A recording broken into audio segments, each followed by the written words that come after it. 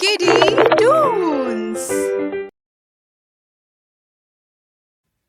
फूल परी का जादू वाला फूल। फूलपुर गांव के एक प्यारे से गांव में सुशील नाम का एक लड़का रहता था। सुशील के माता पिता किसान थे। वहीं गांव में अपनी खेती से थोड़ा बहुत फसल उगाकर घर के खर्चों को उठाते थे। सुशील के पिता मोहन बहुत ईमानदार और परिश्रमी किसान थे।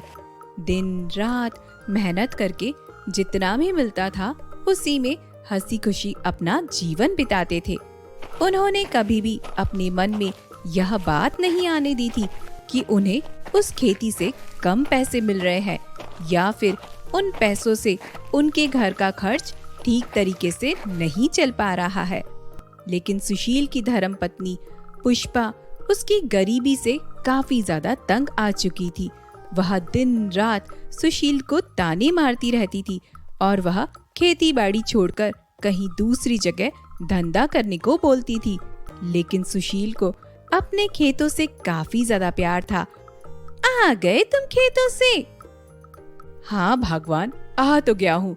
एक गिलास अदरक डालकर कड़क चाय बना दो तो थोड़ी सी थकान मेरी उतर जाए।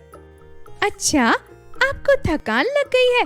ऐसा भी क्या कर दिया आपने? वह दो अपने बैलों को लेकर खेत में ही तो गए थे। क्या पत्थर फोड़े हैं? उन बैलों को कहीं जंगल में छोड़कर क्यों नहीं आते? और कब तक उस खेत में लगे रहोगे? जाओ कहीं बाहर जाकर काम धंधा करो। क्या बोल रही हो भाग्यवान? तुम ये खेती बाड़ी का काम क्यों नहीं करने देती हो मुझे? इससे भी तो गुजर बसर हमारा चल ही रहा है। बस गुजर बसर ही तो हो रहा है, वो भी अपने शौक और जरूरतों को मारकर। गरीबी देखकर मेरा दिमाग खराब हो गया है। अरे भाग्यवान, तुम इतना क्यों परेशान हो रही हो? भगवान सब कुछ देख रहे हैं, सब कुछ अच्छा ही होगा। अब हमारा बेटा कमाने वाला हो गया है, कुछ साल की ही तो बात है। हाँ हाँ, तब तक हम बूढ़े हो जाएंगे जब तक वह कमाने वाला होगा। ऐसा कुछ नहीं है भाग्यवान, तुम शांत हो जाओ, सब कुछ ठीक ही होगा। इतना कहकर सुशील वहाँ से चला जाता है। उसे अपनी बीवी पुष्पा की बातें बहुत ज्यादा कड़वी लगती है। अगली सुबह सुशील अपने खेतों में काम करने के लिए घर से निकलता है। फिर रास्ते में उसे एक बूढ़ा सा आदमी दिखाई देता है जिसकी आंखों से नजर का चश्मा सड़क के किनारे गिर गया होता है। नजर कमजोर दिखने की वजह से वह आदमी अपने चश्मे को उठा नहीं पाता है। तभी सुशील उस बूढ़े आदमी के पास दौड़ कर जाता है और उसके चश्मे को उठाकर उसे हाथ में देता है। अरे काका, यह आपका चश्मा, इसे ही आप ढूंढ रहे थे ना? हाँ बेटा, अरे बेटा, यह ठोकर लगी तो मेरी आंखों से यह नीचे गिर गया। तुम्हारा बहुत बहुत धन्यवाद बेटा, भगवान तुम्हें हमेशा खुश रखे। अरे कोई बात नहीं काका, वैसे आप इतनी सुबह सुबह कहाँ जा रहे हैं? बेटा, वो मेरी पत्नी की तबीयत खराब है तो मैं दवाई खरीदने के लिए जा रहा था। पर बेटा, बहू कोई भी नहीं है मेरा। नहीं, भगवान ने हमें कोई औलाद का सुख दिया है जो कि हमारे इस बुढ़ापे का सहारा बन सके। अरे काका, कैसी बात कर रहे हो? चलिए मैं आपके साथ दवाई लेने चल देता हूँ। मैं भी तो आपके बेटे जैसा ही हूँ ना। लेकिन बेटा, तुम तो अपने काम से कहीं जा रहे थे ना, तुम्हें देरी हो जाएगी। अरे नहीं काका, ऐसी कोई बात नहीं है, चलिए मैं आपकी मदद कर देता हूँ।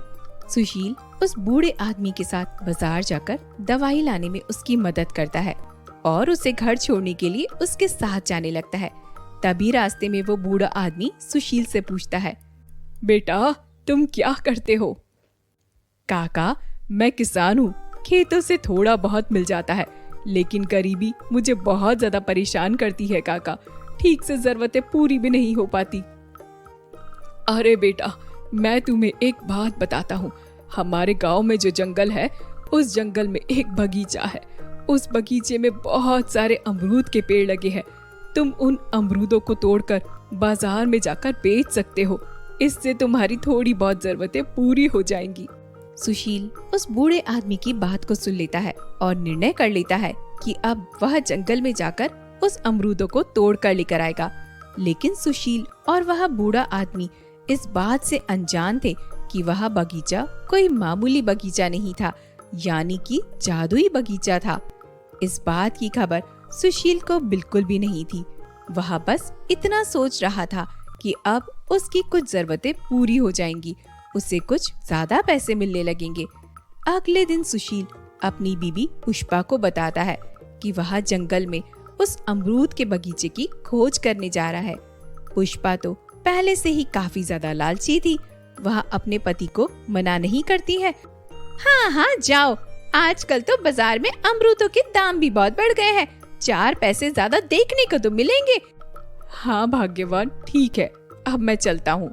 जंगल की तरफ चला जाता है। कुछ आगे चलने के बाद सुशील जंगल के अंदर घुसता है। तभी उसे अपने सामने एक तालाब नजर आता है। आगे का रास्ता उसी तालाब को पार करके था। सुशील इधर उधर देखता है। अरे, इतने बड़े तालाब को मैं कैसे पार करूं? और रास्ता भी मुझे उसे ही पार करके जाना पड़ेगा। अगल बगल में तो बस ये छोटे बड़े पेड़ ही है। लगता है मुझे तैर के तालाब को पार करना पड़ेगा। सुशील जैसे ही तालाब के किनारे पहुंचता है तो अपना पैर पानी में डालता है। तभी तालाब के अंदर से एक मगरमच्छ बाहर निकलता है। मगरमच्छ को देखकर सुशील अपना पैर पीछे कर लेता है और वहां से भागकर कुछ दूर खड़ा हो जाता है। तभी मगरमच्छ कहता है, ए मानव, तुम डर क्यों रहे हो? मैं तुम्हें मारने के लिए बाहर नहीं आया हूँ। तो फिर तुम किस लिए बाहर आए हो? मैं तो तुम्हें यह तालाब पार करवाने के लिए आया हूँ। अच्छा, तो तुम मुझे बेवकूफ समझते हो? मुझे तालाब पार करवाने के बहाने तुम मुझे ले जाकर मार दोगे। नहीं नहीं, ऐसा कुछ भी नहीं है। मैं तालाब का राजा हूँ और मैं तुम्हारी सुरक्षा के लिए ही तुम्हारे पास आया हूँ। यह तालाब इतना गहरा है कि तुम इसमें जैसे ही कदम रखोगे तुम डूब जाओगे और फिर तुम्हें कोई भी नहीं बचा पाएगा। इसलिए मैं तुम्हें अपनी पीठ पर बैठाकर इस तालाब को पार करवा दूंगा।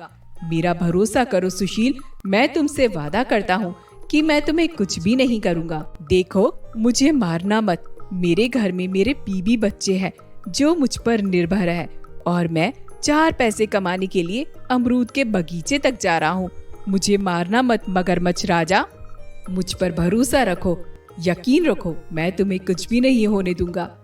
सुशील उस मगरमच्छ की बात मान लेता है और उस पर भरोसा करके मगरमच्छ की पीठ पर बैठ जाता है। जिसके बाद मगरमच्छ सुशील के भरोसे पर कामयाब रहता है और उसे उस गहरे तालाब को पार करने में उसकी मदद कर देता है। फिर सुशील उस मगरमच्छ का शुक्रिया अदा करता है और आगे जाकर उस अमरूद के बगीचे की ओर चल पड़ता है। कुछ आगे चलने के बाद सुशील को अमरूद का बगीचा दिखाई देता है। चारों ओर बड़े बड़े अमरूद के पेड़ लगे होते हैं और उन पेड़ों पर कुछ बंदर भी बैठे होते हैं। सुशील भागकर बगीचे के अंदर जाता है और देखता है कि अमरूद के उन पेड़ों में ढेर सारे अमरूद लगे हुए हैं और एक पेड़ पर जैसे ही अमरूद तोड़ता है उसके हाथ से अमरूद गायब हो जाता है। अमरूद गायब होता देखकर सुशील काफी ज्यादा हैरान हो जाता है। उसे बिल्कुल भी समझ में नहीं आता कि यह सब क्या हो रहा है। बिना सोचे समझे सुशील दूसरा अमरूद तोड़ता है तो वह अमरूद भी गायब हो जाता है। ये क्या हो रहा है? अमरूद गायब क्यों हो रहे हैं? अब ये क्या बला है? वह बहुत ज्यादा परेशान हो जाता है और एक पेड़ के नीचे जाकर बैठ जाता है। तभी पेड़ से एक अमरूद का दाना टूटकर उसके सिर पर गिरता है। सुशील उस अमरूद को उठाता है तो वह अमरूद गायब हो जाता है। यह अमरूद गायब क्यों नहीं हुआ? लगता है यह उस पेड़ का अमरूद नहीं है। अरे वाह, मैं इस पेड़ से अमरूद तोड़ लेता हूँ। यह तो बहुत अच्छा हुआ। मैं तो काफी ज्यादा परेशान हो रहा था इन अमरूदों को गायब होता देखकर। सुशील तुरंत उस पेड़ से एक झोला अमरूद तोड़ लेता है, लेकिन तभी वहां पर अमरूद के बगीचे का जादुई मालिक प्रकट हो जाता है। तेरी हिम्मत कैसे हुई मेरे बगीचे में आने की? बगीचे के मालिक को देखकर सुशील काफी ज्यादा घबरा जाता है। मुझे माफ कर दो, मुझे नहीं पता था यह बगीचा आपका है। मैं यहाँ चोरी करने के लिए नहीं आया हूँ, मुझे माफ कर दीजिए। बगीचे का मालिक सुशील की एक नहीं सुनता और अपने जादू से अपने हाथ में एक रस्सी लाता है और उस रस्सी से सुशील को पीटने लगता है। सुशील जोर जोर से चिल्लाने लगता है। उसे बहुत दर्द होता है। तभी वहां पर एक लाल रंग के फूलों वाली परी प्रकट हो जाती है। रुक जाओ, बगीचे के मालिक, यहाँ तुम क्या कर रहे हो? यह मेरे बगीचे में चोरी करने आया था। मैं इसे सजा दे रहा हूँ और अब मैं इसे नहीं छोड़ूंगा। मैं इसे यहीं पर मार दूंगा। दुष्ट, यह चोरी करने नहीं बल्कि अपने बच्चों का पेट भरने के लिए यहाँ पर आया था। इतना कहकर बगीचे का मालिक सुशील को रस्सी से मारने लगता है, लेकिन तभी फूल परी अपनी जादुई शक्तियों से उस बगीचे के मालिक को एक स्टैचू बना देती है। सुशील, मुझे पता है तुम यहाँ किस इरादे से आए हो। तुम बिल्कुल भी चिंता मत करो। तुम्हें जब भी जरूरत हो तुम इस बगीचे से अमरूद तोड़कर ले जाना, और इसके लिए मैं तुम्हें अपना जादुई फूल देती हूँ।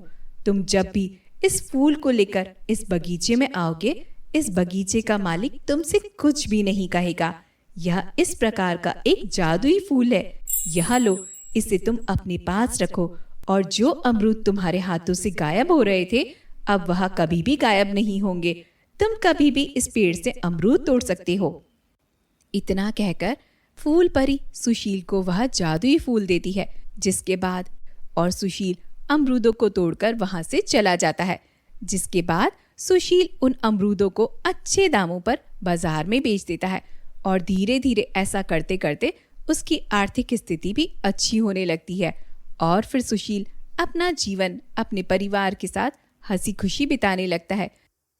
दोस्तों, अगर आपको हमारी वीडियो अच्छी लगी हो तो वीडियो को लाइक करें और आने वाली कहानियों के लिए हमारे चैनल को सब्सक्राइब करें। मिलते हैं अगली वीडियो में। तब तक के लिए बाय बाय, गुड बाय।